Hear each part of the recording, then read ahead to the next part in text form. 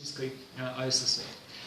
ЦАУ Крымская ССР занималась как раз таки вопросами культовых зданий и, собственно, религиозной жизнью, религиозной сферой. И мы должны проанализировать эти документы, поскольку далеко-таки не все памятники дошли до сегодняшнего дня. Я хотел бы напомнить такую цифру, которая подсчитана Украинским обществом охраны культурного наследия. Ежегодно, каждый год советской власти уничтожалась 21 церковь.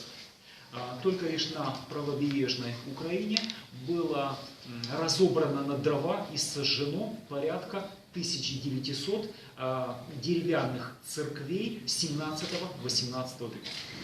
Если мы с вами посмотрим на данные Кембриджской энциклопедии ислама, то на начало 20-го столетия там фигурирует цифра порядка 1000 зданий, мечетей в Крыму.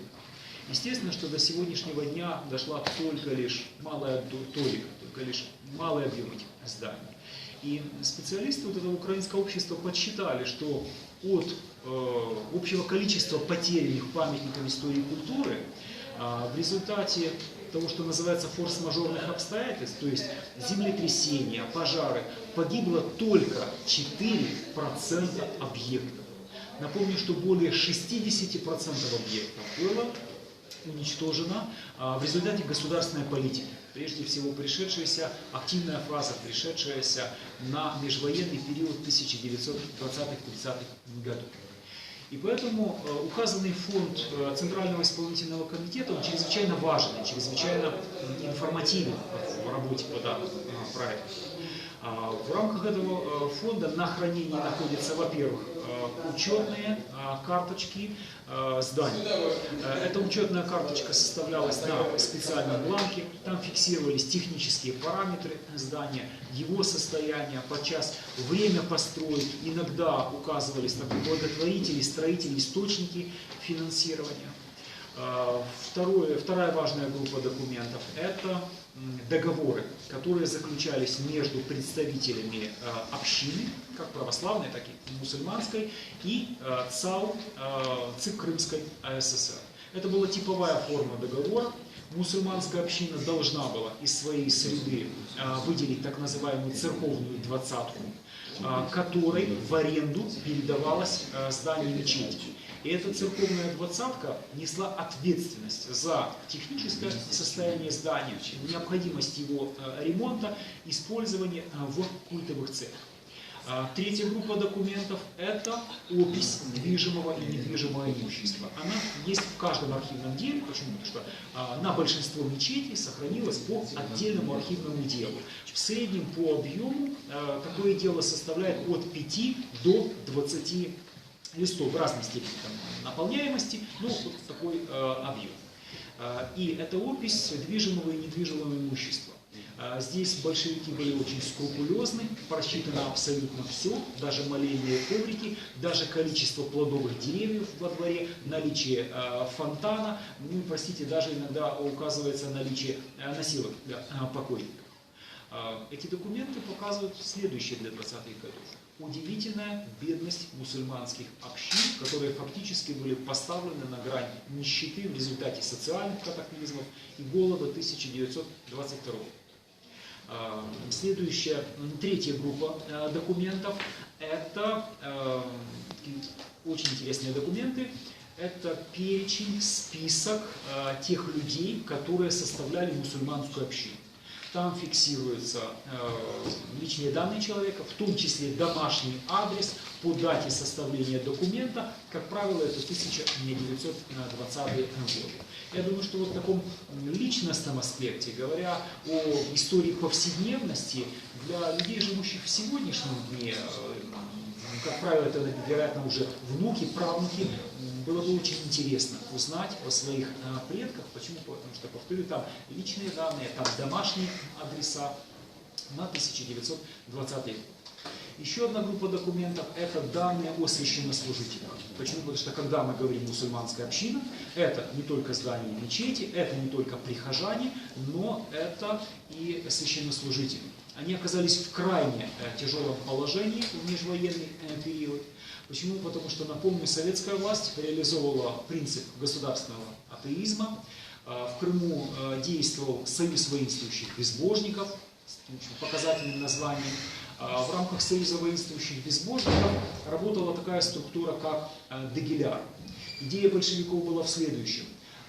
Антирелигиозная пропаганда против ислама и священнослужителей должна была осуществляться руками самих крымских татар. Как правило, это была крымско-татарская молодежь. Почему? Потому что Союз воинствующих безбожников становился своеобразным социальным лифтом продвижения по карьерной лестнице. И что удивляет и поражает, государство рабочих и крестьян, которое декларировало, что оно реализует интересы крестьянского, рабочего сословия. По социальному происхождению все священнослужители – это, как правило, либо крестьяне, либо городские низы. Также домашний адрес, род занятий до 1917 года, имущественное положение. И таким образом, вот эта история о мечетях, она перестает быть безликой. Потому что история — это всегда люди, как бы это банально и не звучало. И судьба этих священнослужителей, она ведь оказалась крайне трагичной. Все они были репрессированы в середине второй половины 1930-х годов. И нам очень важно представить в рамках этого проекта не только историческую судьбу зданий, когда они были построены, их технические параметры, но и рассказать о тех людях, которые приходили в эту мечеть со своими болями, чаяниями, надеждами, обращаясь к Всевышнему, и тех священнослужителей, которые не побоялись пожертвовать всем. Своей жизнью, социальным положением, судьбой своих близких, потому что уже сама принадлежность к группе священнослужителей, она выступала в качестве своеобразного клейма. Напомню о такой первой форме репрессирования, как лишенцы, то есть лишенные избирательного права. Само избирательное право, мало кому было интересно, но лишенец не получал продовольственных карточек, не имел права на государственное жилье, его дети могли быть выброшены из школы, и сама принадлежность к социальной группе священнослужитель означала, что человек отнесен к категории лишенцев. Напомню, что из 900 тысяч населения Крыма порядка 100 тысяч человек попадают в такую категорию лишенцев.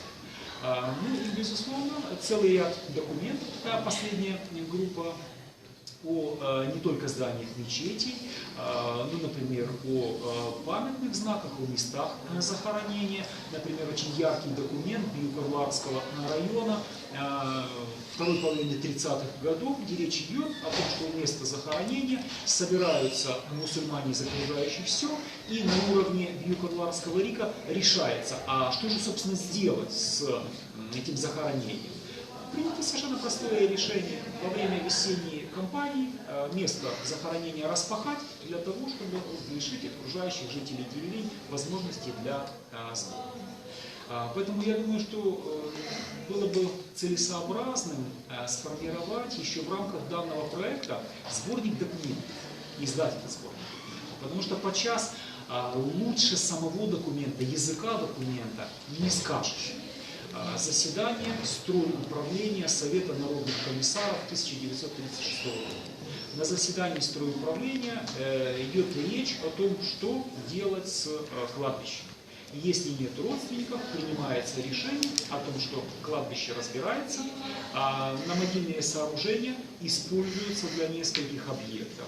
Это строительство бани в Симферополе, это строительство дома для ответработников СНК и ЦИК.